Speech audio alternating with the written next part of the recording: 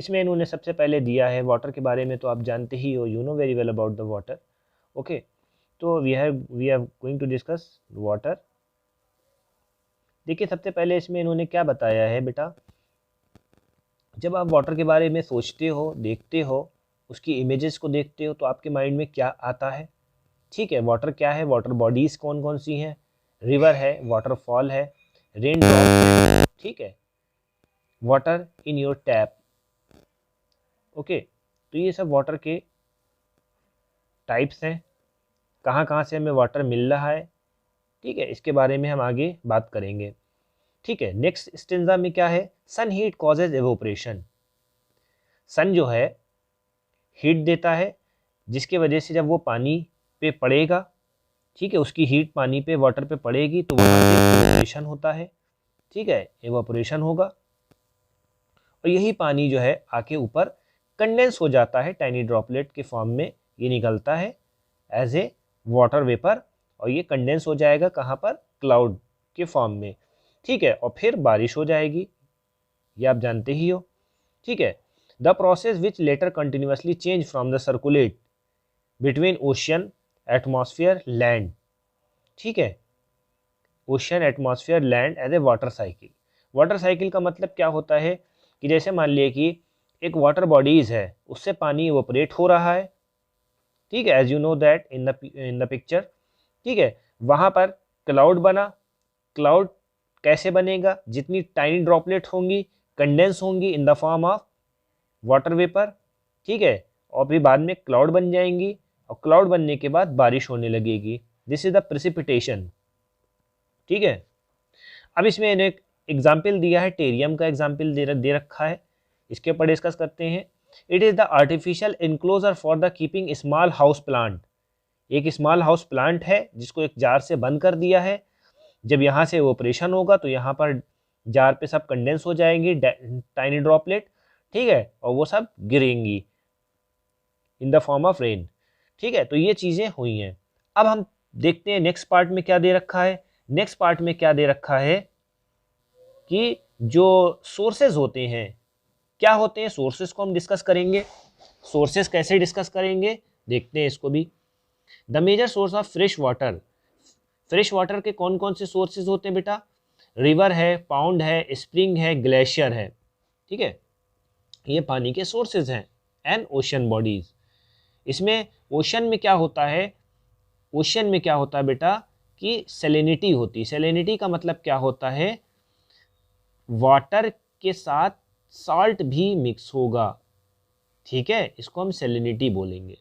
ठीक है, इतना क्लियर हो गया, आगे बढ़ते हैं।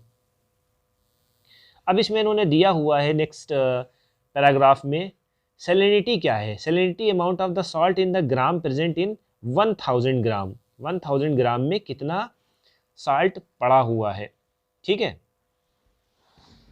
इतना समझ में आ गया। अब next distribution of the water.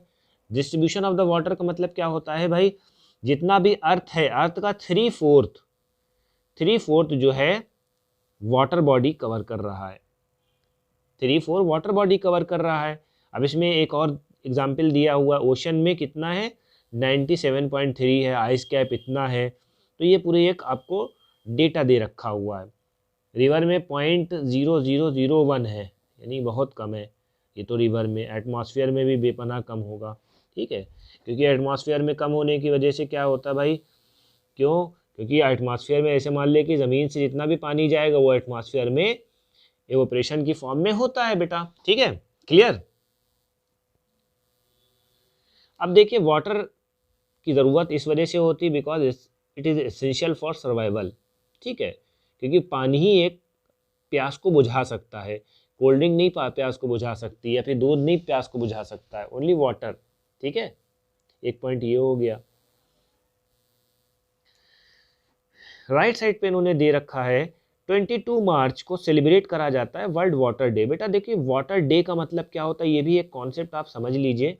Water day या फिर जितने भी डेज कॉमेमोरेशन डे होता है, ठीक है, कॉमेमोरेशन डे को क्या बोलते हैं कि जब आप किसी एक पर्टिकुलर डे को सेलिब्रेट करोगे, ठीक है, उसके लिए अवेयरनेस कैंपेन चलाए जाते हैं, तो उसको डे बोला जाता है, राइट। जैसे टीचर डे हो गया, चिल्ड्रन डे हो गया, रिपब्लिक डे हो गया, उस दिन हम अपना कुछ टाइम स्पेयर करके सेलिब्रेशन करते हैं और उन दिनों को याद करते हैं जिससे वो डेडिकेट हो, राइट।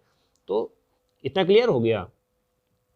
फिर हम आते हैं ओशियन सर्कुलेशन। ओशियन सर्कुलेशन का मतलब क्या होता है बेटा?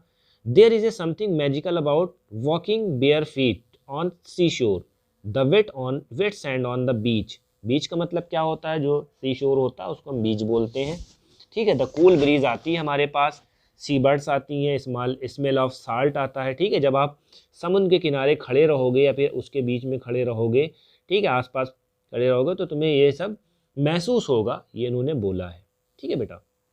नेक्स्ट पॉइंट, अब हम देखते हैं वेव्स के बारे में। When you are playing through the ball on the beach, the ball fall into the water. What happen? ठीक है,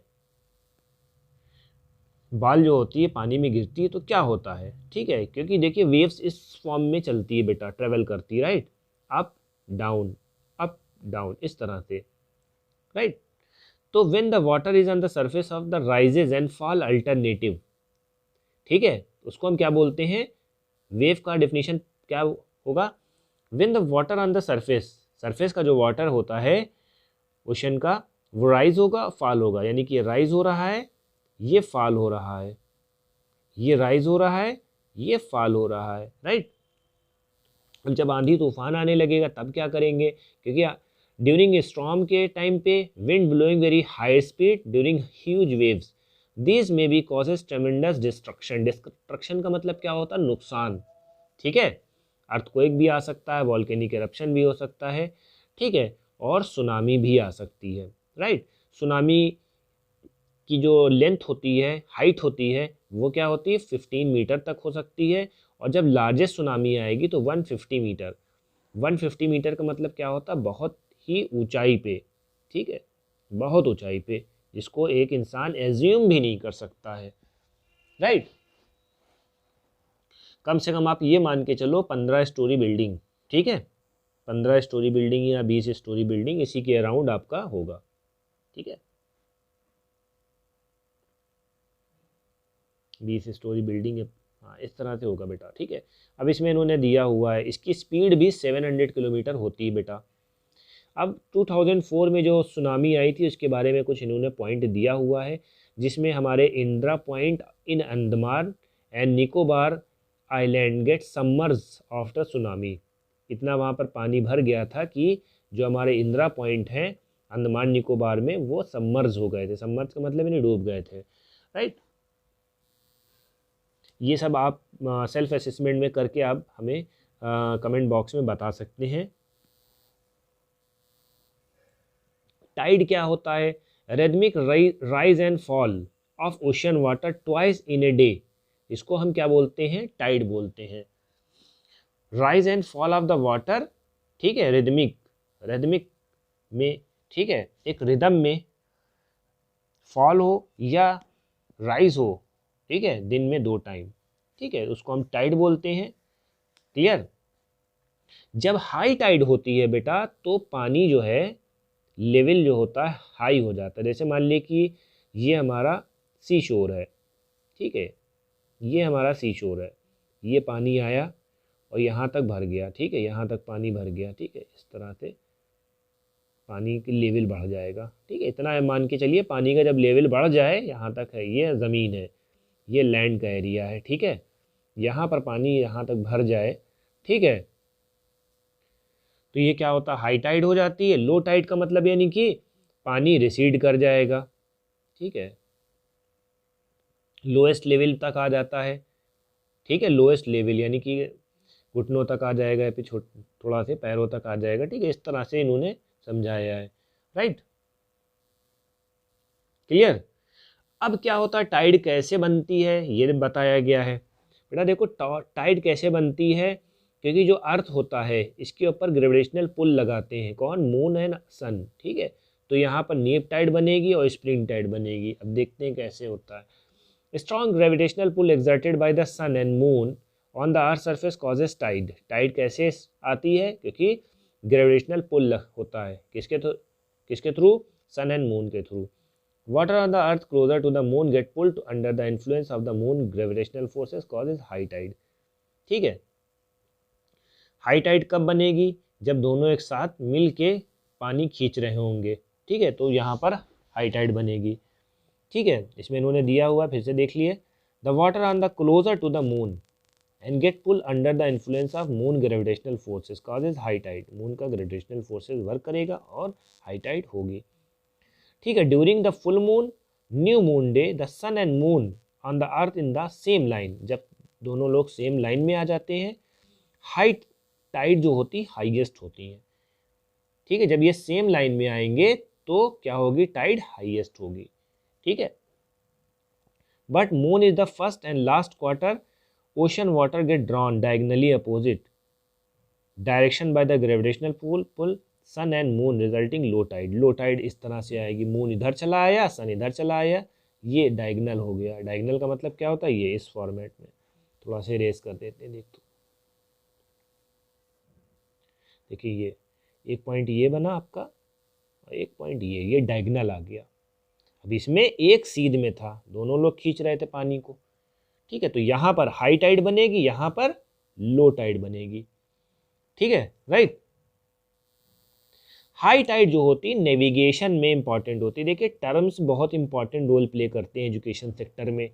टर्म्स को एक्सप्लेन करना भी बहुत बड़ी बात होती है। नेविगेशन का मतलब क्या होता है? ऐसे मान लिया कि आपने देखा होगा शिपयार्ड, शिप जहाँ रुकते हैं तो वहाँ पर नेविगेशन होता है। जैसे मान लिया कि किनारे पे ज़मीन होती है, ठीक है, ठीक है, और जब हाई टाइड आती है ना तो वो ज़मीन हट जाती है, वहाँ पर पानी ही पानी आ जाता है। ठीक है, पानी भर जाने की वजह से, ठीक है, तो वहाँ पर समुद्र के जितने भी जहाज़ होते हैं वहाँ पर वो कर सकते हैं, अटैच कर सकते हैं। ठीक है, तो वहाँ पर हार्बर बना दिया जाता है, पोर्ट बना दिया जाता है, तो ये नेविगेशन होता है इस तरह का।